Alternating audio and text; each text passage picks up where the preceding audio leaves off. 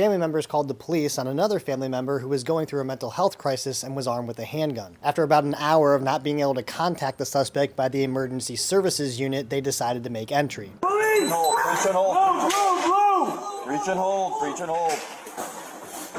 Take it slow. Yeah, exhale, moving to top, first floor. I'm done, second floor.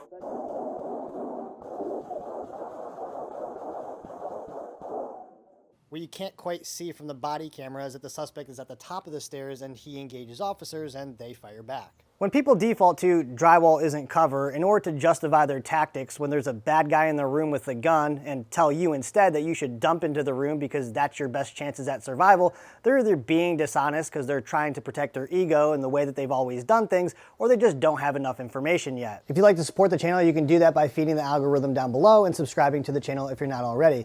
Also, in 2026, I have my own tactical gear coming out, so if you'd like to get on the email list to be notified of when that happens, you can do that by following the link to my website in the description. I couldn't count how many rounds these officers actually fired, but my best guess is somewhere between 15 and 20. This suspect was found at the top of the stairs with a single GSW to the head and a pistol in his hand. I responded to a call where an individual had engaged himself in the head and I actually had to pry the pistol out of his hands. It's also not uncommon that after suspects engage officers, they take their own life. And so here we have a situation where officers went 1 for 15 or 20 or 0 15 through 20 through just drywall. And so if you're in a situation where you have the opportunity to put something between you and the threat, do you choose something or do you choose instead nothing? There isn't a single person on this planet who can tell me where my round will go when I engage the threshold or the surrounding area because, as we all know, it's not just drywall.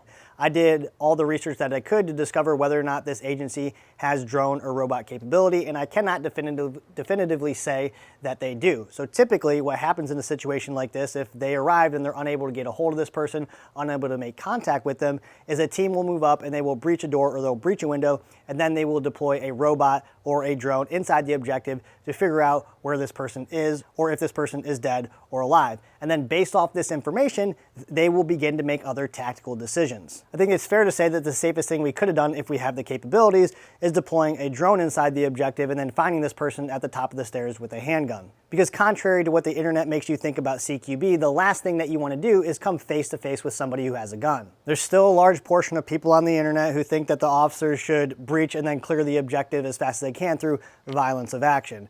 Violence of action doesn't exist when it takes you 20 seconds to get to the top of a stairwell dealing with probably a switchback staircase and the suspect is holding an angle as you peek your head up over the top of that railing. And so what happens in that situation is you have a bunch of officers get seriously hurt or killed and then definitely have officers falling down the stairwell and then retreating out of the house. What you see these officers executing is a simultaneous breach, and so they're breaching both the front door and the rear door at the same time. The reason that you may choose to do this is to disorient or distract the suspect because he can't engage both entry teams at the same time, or if your objective is to clear as many rooms as fast as you can. Now, the only real reason, in my opinion, that you would be choosing to clear as many rooms as fast as you can is if this was a hostage-taker situation, and that is not what's going on here. The problem with the simultaneous breach is that you will increase the likelihood of a blue-on-blue incident. Now, these officers know what's going to happen. They know there's a simultaneous breach occurring. They know where each team is making entry at. And so the thought that they will accidentally believe or misidentify that they are a suspect and engage one another is unlikely,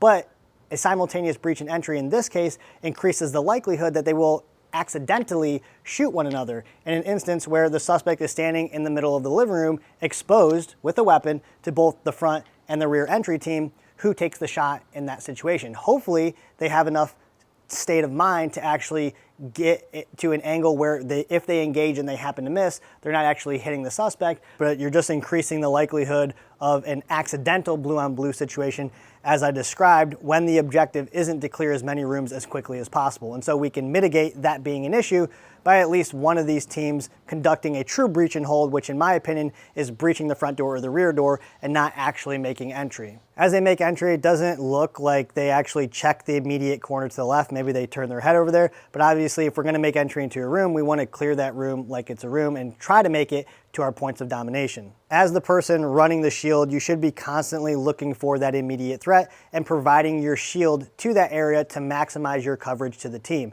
And so in this situation, after they clear this immediate area, the shield guy should push over to the stairs and cover as much of the stairs with the shield as he can. This is going to provide the most protection for the officers behind him and afford them the opportunity for the officer behind him with the rifle to barricade on the shield. When or if the shooting starts while the officer is barricaded on the shield, this is going to give you your best chances at putting accurate rounds on the suspect versus actually moving laterally one-handed with the shield in your hand and trying to hit the suspect in that way. Another reason that I don't think that this team has drone or robot capability is because even after the engagement, they kind of push up to the stairs and they move up there.